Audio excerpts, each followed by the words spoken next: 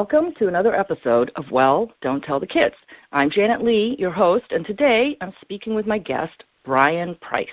I want to welcome you to the podcast, Brian. Well, thank you. My pleasure to be here. Brian earned his Bachelor of Arts in Theater and Film from Yale University in Connecticut. That right? is correct. And I'm always curious how the theater types get to that place. Well, we can go all the way back to it begins in kindergarten. I still, to this day, have a very vivid memory of being the Scarecrow in a kindergarten production of The Wizard of Oz. I tell students as I'm teaching now that we lip-synced to the soundtrack album and followed masking tape arrows on the stage that were color-coded for the different characters. And I guess I have to trace it back to that moment. The people in theater, they talk about being bitten by the bug, and I think that's what happened. And then really from that moment on, that's what I wanted to do. I wanted to be an actor. Your very own Yellow Brick Road there. Exactly. In masking tape, you know. So you got to college with the intention of going for the theater and film degree. Yeah, I think when I was growing up, I felt pretty confident that I knew what I wanted to do, and my parents were very supportive of it. Luckily, my mom was not a stage mother in the sense that you read about or see in movies, but was just loved it herself and was very encouraging and often helped out with the plays at school.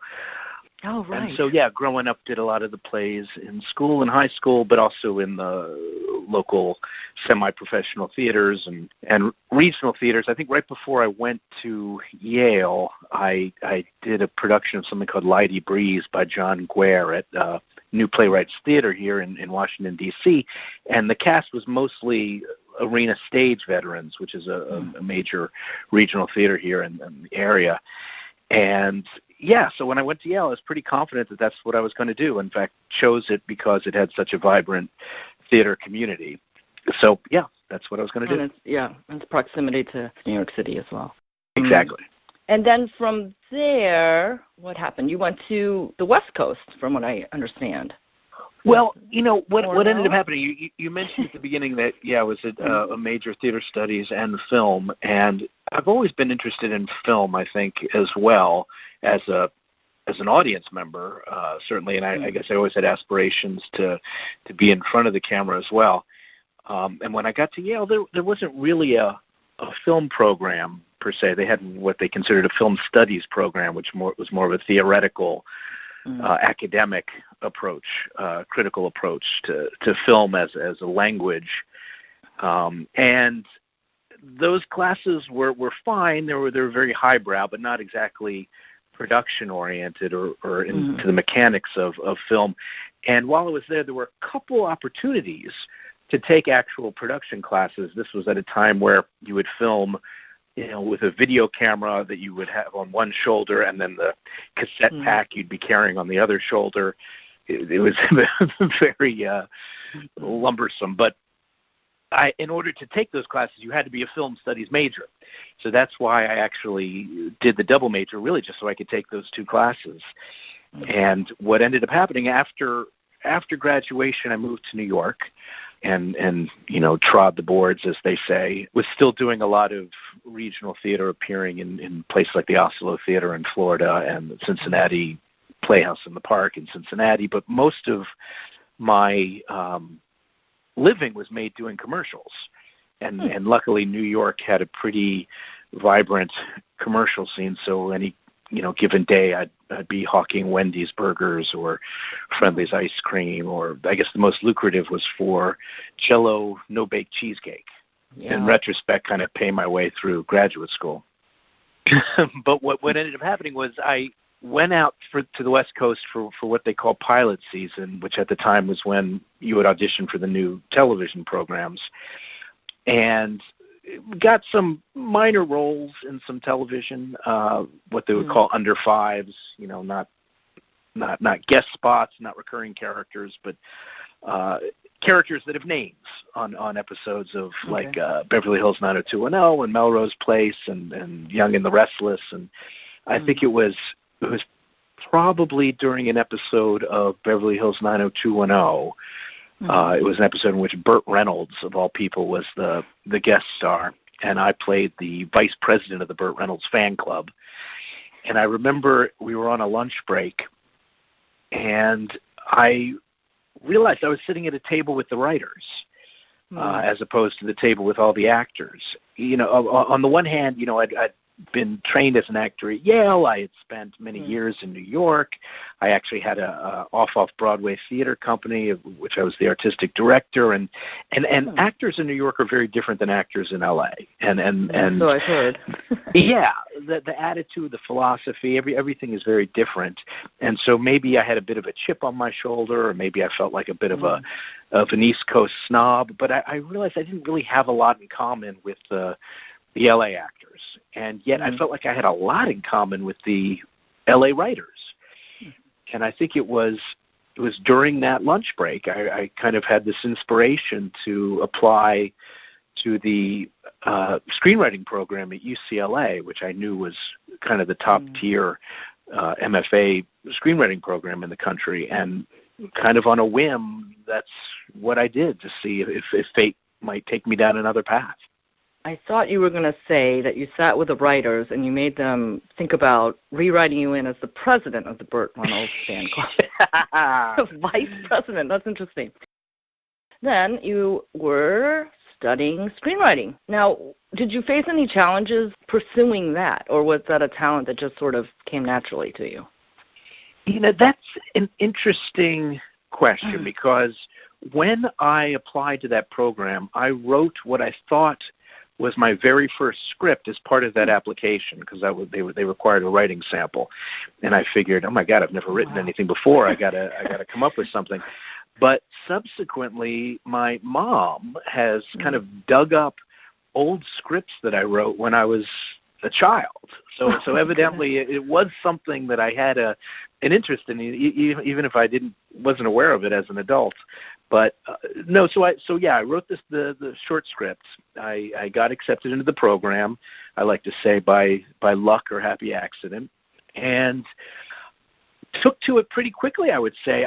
It's funny, as a transition, I think in the back of my mind, I thought I would be writing screenplays for myself to star in, because I wasn't quite ready to give up on the dream that it had taken me, to 30, I guess. That's when I started grad school. And that started to die away pretty early on. I kind of stopped, figuring out which role was for me, and really just thought more about the story and how to write it and how best to tell it. And again, luck or happy accident, the very first screenplay I wrote in the very first screenwriting class ended up getting optioned to Universal. And I think at that moment I realized, you know what, I kind of do have a skill for this. I don't have to rely on other people's creative process in order to have work. I can create those worlds and those words myself. And I think from that moment, I never looked back. Whatever bug had bitten me on that kindergarten stage, I guess, was healed. Do you remember what the treatment was called, or what it was about? The one that I used for the application, or the one that I saw? The second. Oh, yeah. That was a script called The Many Lives of Bobby Ivers. And it was a comedy about a man named Bobby Ivers, obviously, who is a chronic insomniac, and in a last-ditch effort to cure his insomnia after everything else has failed, he visits an unorthodox psychiatrist who specializes in past life regression therapy, and then proceeds to die of a heart attack in the middle of the session. Bobby is left in this perpetual state of post-hypnotic suggestion, where every time he hears a bell, he regresses back to another personality. And it was really just an excuse, a framework to create a character who could be male, female, black, white, gay, straight, old, young, through the course of the story. I had actually just watched Aladdin, the Disney movie with Robin Williams, and I just was struck by this talent that he had, not just in that movie, but in other movies, of being able to jump from character to character, sometimes in mid-sentence. And it struck me that it was always a character element. There was never a story really built around that ability, and I just thought this would be an interesting way to, well, specifically to have Robin Williams do something like that. So that was really the genesis of it. The Many Lives of Bobby Ivers. Yeah. Then Brian arced across academics and professorship. Could you unpack your travels across several campuses? All right. Well, let me tell you how I got to the first campus, I guess. Yes. So after that first success, I spent the next few years, as a working screenwriter, doing rewrites and adaptations, and really in any project that came my way. And probably the goal, the holy grail, obviously, for a screenwriter is to see their work on the screen.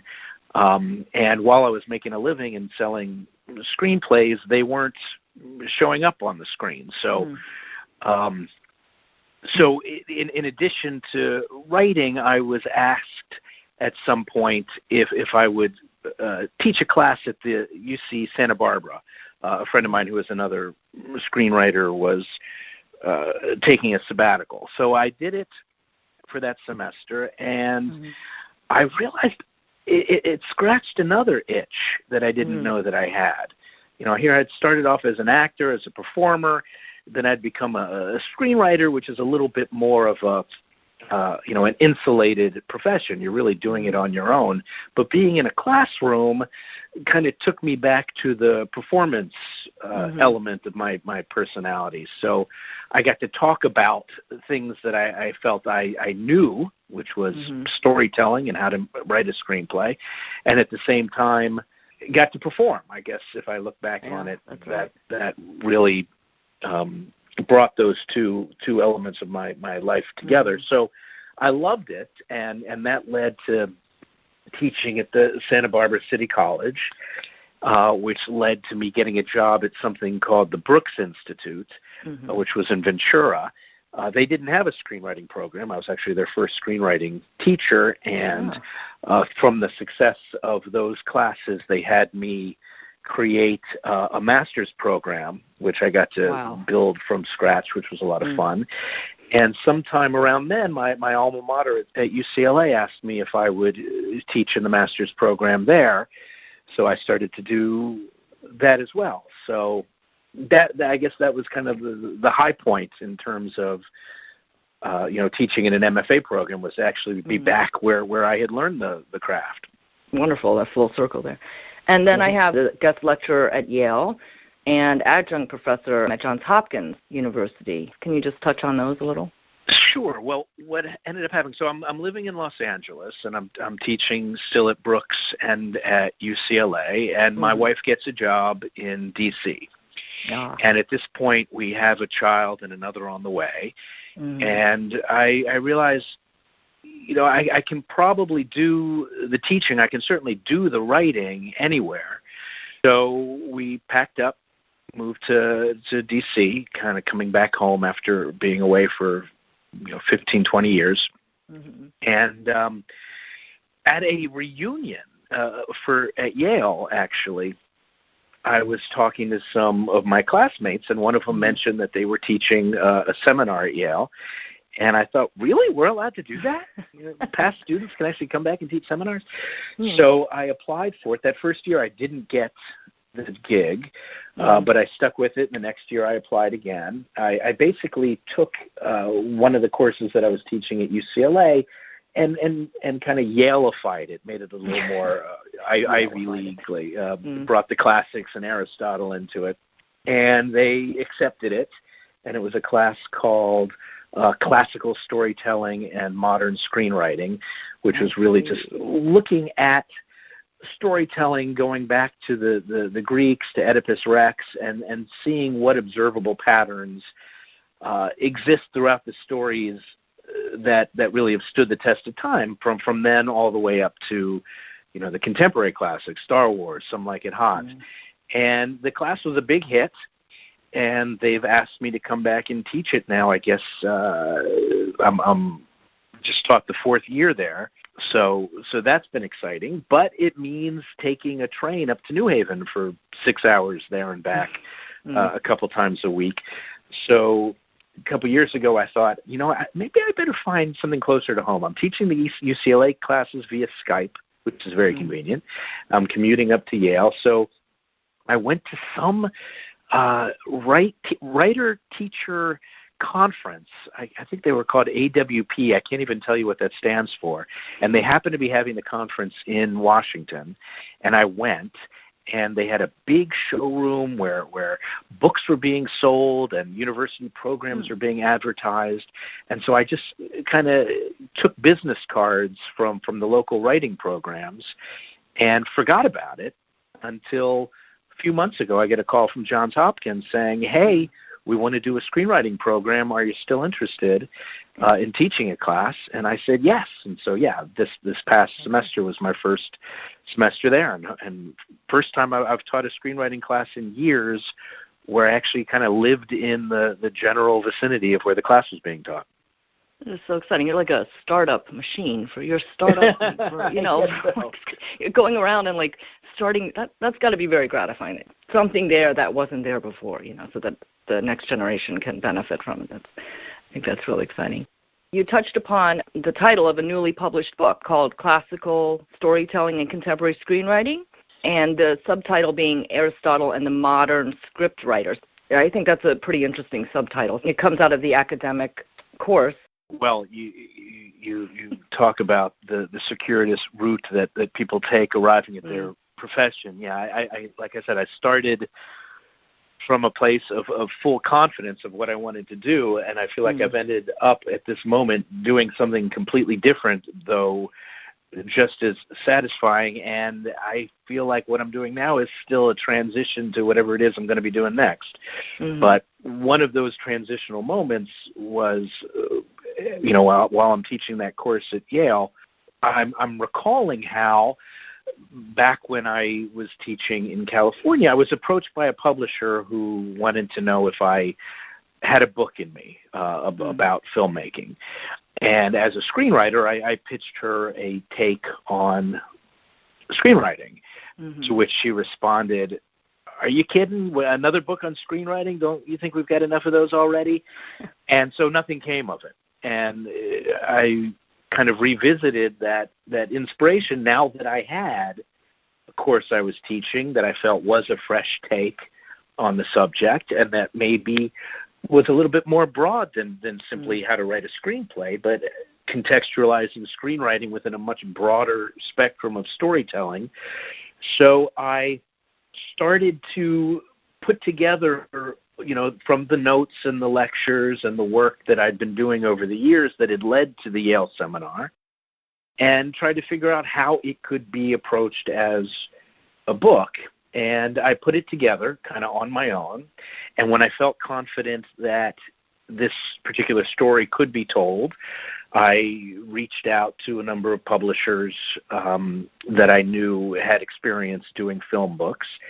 And a few of them responded favorably. Some of them had some big notes for me. Some had a few notes. Some wanted me to cut it in half. Some wanted me to turn it into something else. And ultimately, the publisher that seemed to know what I was going for, and I felt like they were on the same page with what I was trying to do, was Routledge Press out of London. And so they made me an offer. I jumped at it, and for the past year or so, been working with the editors there and then with the copy editors here in the States. And the book is Classical Storytelling and Contemporary Screenwriting, Aristotle and the Modern Scriptwriter. And it actually just showed up in Amazon a couple days ago. So people have been buying it, and it's been very exciting. Is that also available through other outlets as well? I suppose it's available everywhere. One thing Routledge seems to be very good at is getting the book in places. So you do a Google search at Target, at Walmart, at Barnes and Noble. And anyone that sells books seems to have it. So get them while they're hot. I think their business plan or their model is getting it to universities and trying to get it as a textbook for courses around the world, which is great. But I'm even more excited about, people getting their hands on it who maybe aren't in a university but are interested in storytelling and screenwriting, and hopefully it's appropriate to a broader audience as well. Briefly give us the pitch for that. I mean, I'm still confused how we're getting from Aristotle to the modern scriptwriter. Okay, this is where it comes from. When I was a student at UCLA, the first thing they had us read was Aristotle's Poetics. And their philosophy at UCLA was essentially what he observed looking at basically the tragedies of his time and prior is still relevant to writers today.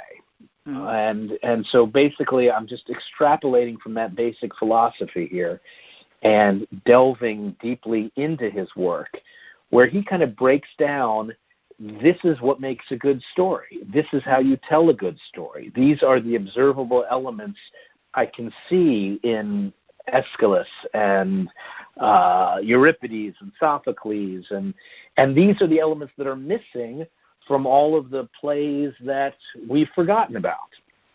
And basically, if you break down his observations, which I kind of create what I call Aristotle's guiding precepts, you can see how those same precepts exist in Hamlet, and how they exist in Death of a Salesman, and how they exist in Ace Ventura. And the truth is that telling stories is something that has existed in every culture throughout history, regardless of geography. And if you look at those stories that have stood the test of time, you can see these same recurring patterns and elements of structure and character and theme. And you have to arrive at this conclusion that there's something built into our DNA that requires us as a species not just to tell stories, but to tell them in a very particular way. And so what this book is ultimately about is, what are those patterns? What are those precepts and principles and recurring elements, and how can we use them to tell stories in really what is just the most, I would say, common storytelling medium these days, which is a screenplay. But it really fits into that continuum that goes all the way back to Oedipus Rex. Wow, I'm having a World Civ moment there with all this. Anyway, well, that's fantastic. I think I'm going to have to read this book. I don't know if this is Western literature-centric, or if you've found it to be that there could be ties to the other continents, other cultures, but maybe Asian or African. Or Sure. I mean, this, again, is touched on the book for the specifics, but yes, absolutely. It's not just Western Central. It's African. It's Asian. Again, the idea is that maybe there is this biological imperative. There's this evolutionary purpose to telling stories and telling them in a particular way. And that's kind of the question that's asked at the beginning of the book is, what is the function of storytelling? Is it just an entertainment, or is there something deeper, again, built into our biology that we benefit from the experience communally of sitting around and telling the story of that morning's great saber-toothed tiger hunt, for instance. And what connection does that experience have to sitting around communally or virtually communally on our couch watching Netflix or The Last Jedi? And how is this experience common to that of our ancestors and common to our fellow humans around the planet? And I think the conclusions that we reach in the book, as well as in the seminar that it was based on, has to do with, well, I don't want to give it away. You're going to have to read the book. Right. But it is that, yes, there is a purpose beyond mere entertainment. And we need to tell stories and we need to hear stories. Sort of a natural segue here. I'm in social media. You recently shared your thoughts on the 2018 Golden Globes. I have a little excerpt. You said, actors, directors, producers, and writers are all storytellers. That's their business. That's their expertise. And anyone who knows anything about storytelling knows that it is only partially an entertainment. Well, any observations on the role of storyteller, and why is the story so significant? Here's the bottom line, and this goes back to Aristotle. When he talked about why we tell stories, he came up with these two concepts. The one kind of we're more familiar with is catharsis, this idea that when you hear a good story well told, you have an emotional purging of sorts. And for me, what that means is a good story provides an emotional experience. We go to movies because we want to feel something, not because we want to learn something. We want to laugh, we want to cry, we want to scream. And so the best stories provide that experience. The second concept he talks about is what he refers to as mimesis, which is this idea of representation, that one of the benefits of seeing a play is that we can recognize ourselves up on the stage. And, of course, the same thing holds for movies. When we go to a movie, whether we're conscious of it or not, we're having that emotional experience because we're able to identify with the characters on the screen. And in order to be able to identify with them, we're putting ourselves in their shoes. We're able to say, yeah, that's me up there, even, like I said, if it's on a subconscious level. So what ends up happening when we see ourselves and when we identify with those characters is we're having two experiences at the same time. We are observing, which kind of keeps us at a distance, and we are identifying, which is what puts us in the shoes of those characters. And so ultimately what those two experiences create is the opportunity to learn about ourselves and our world through the experience of feeling. And the directors and the actors that you're referring to in that quote are in the business of creating that experience, of helping an audience or allowing an audience to learn about themselves and their world and their life through the experience of feeling. And that's how we progress as individuals and as a species. Yeah. If we're not learning about ourselves, we're not advancing. So it is a really significant thing. Yeah, of course it's an entertainment. The movies that were up there in the Golden Globes were entertaining. But at the same time, just like when we sat around the campfire telling the story of the great saber-toothed tiger hunt, we were having an opportunity to hear representations of ourselves communally reflected back to us so that we can see our problems, hear about our problems, learn about our problems, solve our problems. So when I say it's not just an entertainment, I say people are wrong when they think that going to a movie is an opportunity to have 90 minutes of escape, to forget about our lives. I would say it's just the opposite. It's 90 minutes to explore our lives, to see it from a different vantage point and hopefully take something away from it that will help us. Well, thank you for that. I think that the skill that it's sort of a muscle that develop just to be able to, you're like, oh, that's so other, but then to have that moment of recognition and to recognize that, wait a second, there's some commonality. I think that is a skill that individually and together would be so helpful for us in our present situation here in the United States. I mean, all over the world as well. But absolutely, that is very interesting, and I think that's what some of the big speakers were saying at the Golden Globes. You're right. I've spoken to some other folks who are in different fields, and they sometimes get back to being able to understand or connect to the other side, quote unquote, like where there's so much conflict and disagreement. It's really important to put some energy into just first, I guess, observing, or hearing the other person's story. Being Absolutely. able to, and I think that's what I was getting at from that blog post was I bristle whenever I hear politicians especially saying, award ceremonies are not the place to give political speeches. Actors should just act. Shut up telling us, about life or things that you're not qualified to talk about. And I take huge issue with that. I don't know that there's anyone more qualified to talk about the human experience and empathy and tolerance than actors, because that's what they're in the business of doing. An actor has to become somebody else in order to be effective. And like I said, they are storytellers, just like the writer. The writer is doing it in words, the actor is doing it in performance, but they're all working together to give an audience an opportunity not just to be entertained and to laugh and to cry, but through that experience to know what it is to be, a young girl growing up in Sacramento, like the character in Lady Bird, or the mother dealing with the tragedy of her daughter's murder in 3 Billboards, or any of the movies that were being celebrated that night. They were being celebrated not just because they were good movies, but because as an audience we were required, even if we were unaware of it, of taking on the mantle of those characters' beliefs and traits and quirks and dreams and desires.